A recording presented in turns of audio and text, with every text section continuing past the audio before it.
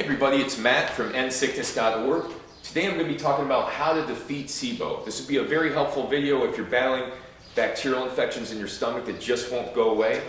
In this video I'm going to be talking about my SIBO story, all the bacterial infections, fungal infections I had that they found on tests, how people get SIBO in the first place, the dietary irritants and the other supplemental pharmaceutical irritants that contribute to SIBO symptoms, how raw bovine colostrum was an absolute game changer for me, the power of bifidobacterium in keeping your immune system calm and suppressing the symptoms of SIBO, the importance of using bee propolis as a diverse antimicrobial, a broad spectrum antimicrobial, and one that feeds good bacteria, the reason why I use Japanese knotweed and berberine in these situations, the actual root cause of SIBO, and then I'm going to go over some key points that are important. Okay? So first and foremost, my SIBO story. I had 7 different bacterial infections, Candida through the roof. This all showed up on stool analysis, and it was very disheartening. But my doctor at the time thought that if I fought these bacterial infections, these fungal infections, that I would get better.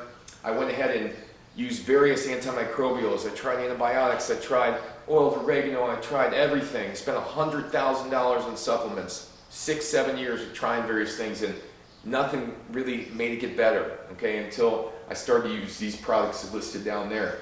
So I had one of the most extreme SIBO stories. I had lost 80+ pounds.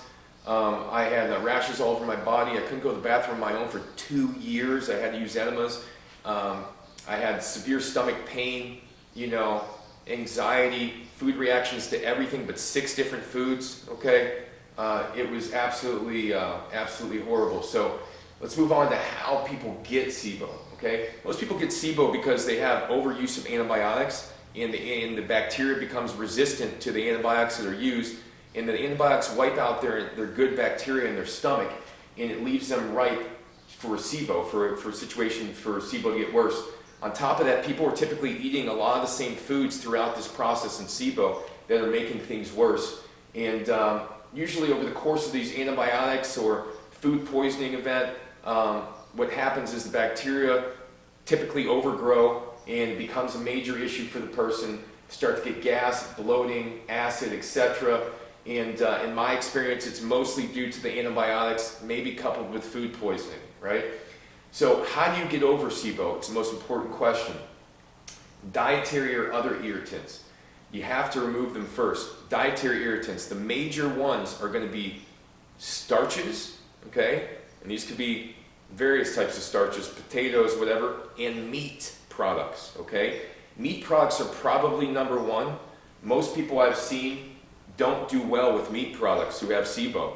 If they're willing to remove them, they typically see benefit from removing them. It's the reason being is that meat doesn't digest as easily as most plant-based foods, and meat feeds autoimmune bacteria in the stomach, like Prevotella, Klebsiella, etc. Okay? And when meat is not broken down properly, then it putrefies in the stomach. That leads to inflammation, which makes these pathogenic bacteria grow. What people need to understand about food is that it's not always the sugars in the food that cause the bacterial overgrowth. It could be undigested foods, all right, that irritate the immune system, and that leads to the overgrowth of the bacteria. So in my opinion, you got to go plant-based for the most part. Keep the animal products to a minimum, but the meat can be a major contributing factor. Starches like potatoes, sometimes rice, other starches initially need to be avoided, but the main thing I've seen in clients and myself was that the meat was the main driving factor behind a lot of these stomach symptoms and the bacterial symptoms. Other irritants, supplements, pharmaceuticals, anything that's synthetic will reduce the bacteria, good bacteria in your stomach, okay? You're not going to see any synthetic vitamins out there, pharmaceuticals, that make your good bacteria grow. These are going to be natural things that you need to use to increase the good bacteria in your stomach and help to stabilize the gut. So dietary ingredients, supplements, pharmaceuticals, environmental irritants can also make the immune system go haywire and start reacting to foods that they wouldn't be reacting to normally. This could be mold. This could be fragrances. It could be nearly anything that you could smell. And a lot of times it's just these things are indoor in your living environment. Okay. Let's move on to the things that really help supplement-wise. First and foremost, I want to mention, if you don't address the dietary issue though, and you don't remove the irritants, like you keep taking supplements that are synthetic, pharmaceuticals, you're eating meat, you're eating bread, gluten-free breads, high ingredient foods, you're not going to be able to experience the same benefit from these supplements, okay? So the main foods you want to avoid, once again, high ingredient foods like gluten-free breads, meat, starches, fast-acting sugars.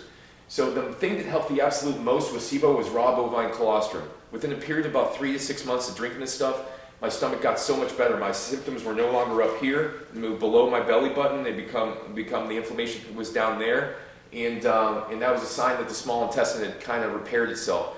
The importance of that is that the small intestine is responsible for absorbing most of your nutrients, and your immune system is connected to your small intestine health. So the raw bovine colostrum is very helpful because it's antimicrobial, antibacterial, has a lot of antibodies for various bacteria that are in your stomach, because those bacteria are also in the cow's environment, right? It is anti-candida, it is helpful for leaky gut, it's helpful for food sensitivities, it's helpful for reducing inflammation in the stomach. All these things were critical to get over SIBO. Number 2, supplement, bifidobacterium. Bifidobacterium was critical because it helps to digest starches, sugars. It helps to actually get rid of pathogens through something called competitive exclusion, where it binds to the wall of the intestinal system and pushes out the pathogen. If the pathogen is not grabbing onto your intestinal wall, it can't cause you significant symptoms. If it's transient, then it's not going to cause significant symptoms. The problem is when you have it and it grabs onto the epithelial wall and starts to form biofilm, and then starts to play with your inflammatory symptoms by basically manipulating your signaling through the gut wall. So bifidobacterium is critical to have. Most people have low bifidobacterium if they have SIBO. If they had sufficient bifidobacterium, in most cases they would have far less symptoms or no symptoms at all. Propolis has been used for centuries as an antimicrobial, antiparasitic, antifungal, very helpful for people who have bacterial issues. I found it to be extremely helpful in cases where other things were not helping. Just bifidobacterium and propolis alone have been very helpful for people. Raw bovine colostrum, though, by far is the most helpful. Japanese knotweed, use that. They've shown that resveratrol, which is in Japanese knotweed, can be very effective in preventing biofilm formation. They've shown it prevents it by up to 80% in a lot of cases. And Japanese knotweed extract has been shown to be effective against multi-resistant drug-resistant bacteria. So that's why I use that. Berberine has also been shown in studies to be as effective as a lot of these antibiotics in removing certain bacteria. So those are the 2 herbs or the extracts I feel are the most important. Root causes of SIBO, okay? Most people don't realize the root causes of SIBO are undigested foods and a protozoan or parasitic infection. It is not just about the bacteria and the fungus. In most cases, the bacteria and fungus issues are there because you have a parasite infection, and the symptoms are being perpetuated through this dietary triggering, through the food irritants that we're consuming, the supplements, the pharmaceuticals, whatever, because each of those things trigger inflammation, and inflammation causes instability in the gut, which makes the bad bacteria grow. So the root cause of SIBO in most cases is food intolerances, okay? Preservatives in foods that do not digest well, and then hidden infections like parasites. Could be COVID that knocked your gut microbiome out of whack, made the bacterial balance out of whack, but most of the time it's pathogens like parasites, okay? So summary of key points. I had the worst SIBO possible, okay? 7 different infections, fungal infections, and I was able to overcome it with these things. The colostrum, number 1, bifidobacterium, propolis, number 2 and 3. Knotweed and berberine were also important, but these 3 were probably the most important of all. How do people get SIBO? SIBO mostly from food poisoning and antibiotics. Dietary irritants, supplemental, pharmaceutical irritants must be removed, otherwise you're going to see limited progress with SIBO. Raw bovine colostrum, if you can get the stuff, it's an absolute miraculous miracle worker. It's amazing. 3 to 6 months afterwards, I had very little SIBO symptoms, if any. Bifidobacterium was the second most important thing to keep the immune system calm in the stomach, keep my body calm, not having these histamine reactions, these mast cell reactions, helping to grab onto the wall to repel harmful bacteria from grabbing on and creating biofilms.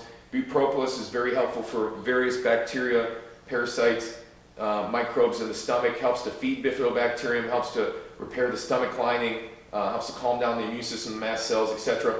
Knotweed is very helpful for biofilm, for keeping the bowels moving good. Berberine is very helpful for various microbes and fighting microbes. It's shown to be as effective as antibiotics in a lot of cases. And the root cause of SIBO is usually an undercover parasite infection that's driving the issue. And then food intolerances or dietary irritants usually perpetuate the symptoms. So hopefully this was helpful for you. And if you have any questions, feel free to leave them in the comments or reach out to me on my website, endsickness.org. Please note this is for informational purposes only. It's for your education. This should not be misconstrued as medical advice. And this is from personal experiences I've had with my clients, my daughter, scientific studies, etc. So I hope this has helped, and feel free to reach out if you have any questions. Thanks, everybody.